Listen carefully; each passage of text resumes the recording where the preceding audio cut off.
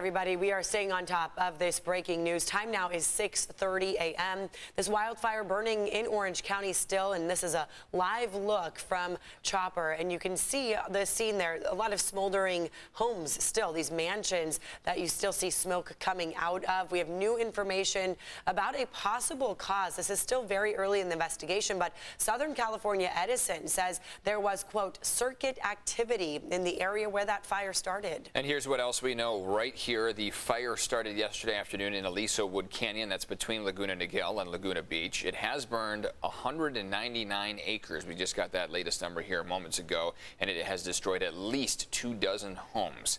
At last check, the fire is 0% contained, but we noticed it seems that things are dying down. We haven't seen as much flames around the fire zone there. CBS 8's Dana Marie McNichol is there live now with an update for us. What are you seeing?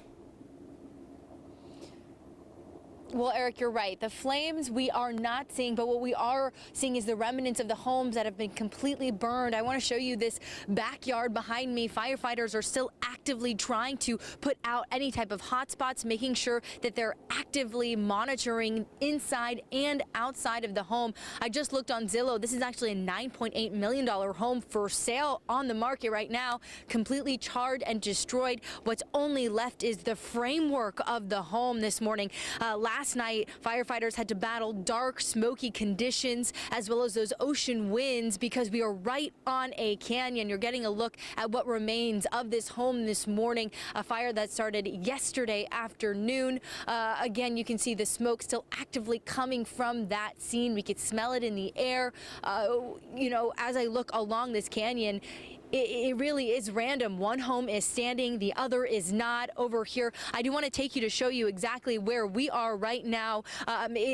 We're very close to the ocean. If our photographer Julio and I could make it over to the edge, we do want to show you as the sun is coming up how charred this hillside is right here and how close we are to the homes and how there really isn't much line of defense. So again, those firefighters working so intensely hard where this whole canyon miles, 200 acres from our last update has burned.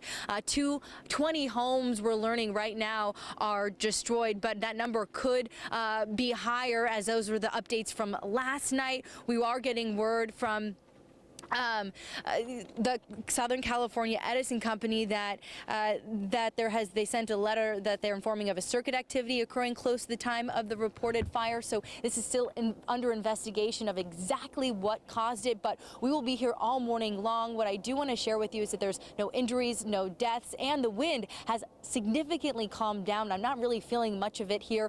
Evan, what are we seeing for the rest of the day? What are firefighters having to battle with as the day continues? Yeah, good morning, Dana Marie. And first off, you see from that view that her photographer Julio was showing us, that canyon that was just charred and that firefighters had quickly tackled from the air. They usually don't send those firefighters down into that canyon because of how quickly those flames can spread up to those homes. And you saw from Dana Marie's reporting how that quickly did become the case, right? Those flames made their way to those multi-million-dollar homes. Yesterday, gusts were onshore, westerly winds in the 20-30 mile per hour range. We've seen the winds mostly die down along the immediate coastline here locally, but by the afternoon, we're going to be in the teens. Important to keep in mind that while we yesterday were on that onshore flow pattern, we are starting to shift to weak offshore flow. That means winds are going to mostly be dry and very warm. We start to see this really rapid warm up occur between now and about Saturday, but today is the day that those firefighters